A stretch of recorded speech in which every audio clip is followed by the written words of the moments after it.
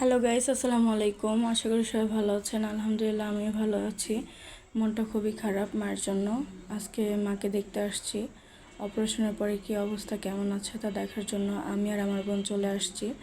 তো এখন যাব, মার কাছে যাব, দেখি মার কী অবস্থা। মনটা খুবই খারাপ মার জন্য। আসলে সারা রাত ঘুমাতে পারি নাই যে মা কী অবস্থা কেমন আছে। ফাইনালি মাকে দেখতে আসলাম। সো মাকে আসলে এরকম অবস্থা দেখবো আমি আসলে কল্পনা করতে পারি নাই। এটা আমি কখনোই দেখি নাই। সো খুবই কষ্টে আছে আমার আম্মু। তার অনেক কষ্ট হচ্ছে, সেটা আমি ফিল করতে পারছি। কারণ অপারেশন, ছোটোখাটো অপারেশন, ওটা অনেক বড় অপারেশন তার জন্য।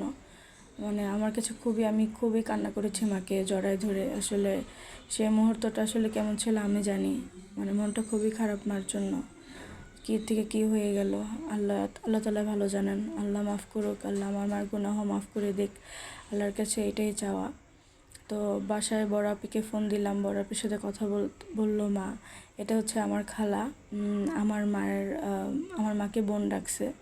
ওই যে মানুষ বলে না, আপনেতে পর ভালো পরেতে জঙ্গল ভালো, সে আমার বড় বোনের সাথে কথা বলতেছে, সব কিছু বিস্তারিত বলতেছে। দেন এখন হচ্ছে আমি মার সাথে অনেকক্ষণই ছিলাম, 1 ঘন্টার উপরে। এখন আমি চলে যাব। মনটা খুবই খারাপ, মাকে একা রেখে চলে যাচ্ছি। তো কিছু আসলে করার নেই, কালকে আমার আবার যেতে হবে। কালকে মেবি মনে হয় মাকে ছেড়ে দেবে। তো খালা আবার আসছে আমাদের আগায় দেওয়ার জন্য। কালকে মেবি মাকে ছেড়ে দিবে। দোয়া করে যাতে মা তাড়াতাড়ি সুস্থ হয়ে যায়। সবাই আমার মার জন্য দোয়া করবেন, আল্লাহ তাআলা যাতে আমার মাকে সুস্থ করে দেয়। তো এখন বাড়ির উদ্দেশ্যে রওনা করব।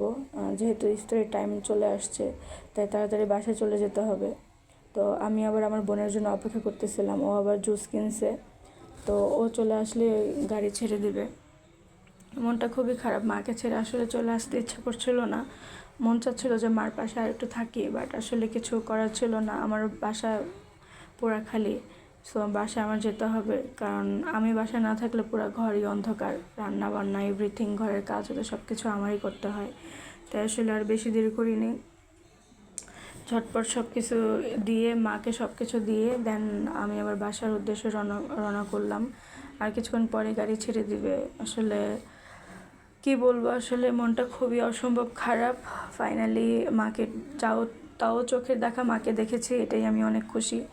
এর বেশি আসলে আর কিছু চাই না। খালা তো কথাই শেষ হয় না। খালা আসলে কথাই শেষ করতে পারতেছে না, তাই খালাকে রেখে আসলে চলে যেতে হলো। তো সবাই আমার মার জন্য দোয়া করবেন যাতে আল্লাহ তাআলা আমার মাকে সুস্থ করে দেয়, তাড়াতাড়ি যাতে ঘরে ফিরে আসে। আর দ্বিতীয় কথা হচ্ছে যে মাকে কালকে বাসায় নিয়ে আসলে মার হয়তো বা হাঁটতে চলতে খুবই কষ্ট হবে। তাকে ধরে ধরে হাঁটাতে হবে। মানে খুবই খারাপ লাগতেছে, কী বলবো, আসলে বলার ভাষা নাই। আসার সময় রাস্তা খুব জ্যাম ছিল, যার সময় আশা করি মনে হয় জ্যাম থাকবে না। মনটা ভালো লাগতেছে না, মনটা খুবই খারাপ, কিছুই ভালো লাগতেছে না। সাথে আমার বোন। তো আসলে কি বলবো, কিছুই বলার নেই। মনটা খুবই খারাপ, অসম্ভব খারাপ। তো রাস্তাঘাট পুরাই ফাঁকা। আসার সময় খুবই জ্যাম ছিল। ভাবছিলাম যে আজকে 26শে মার্চ হয়তো বা রাস্তাঘাট ফ্রি থাকবে, এতটা ফ্রি ছিল না।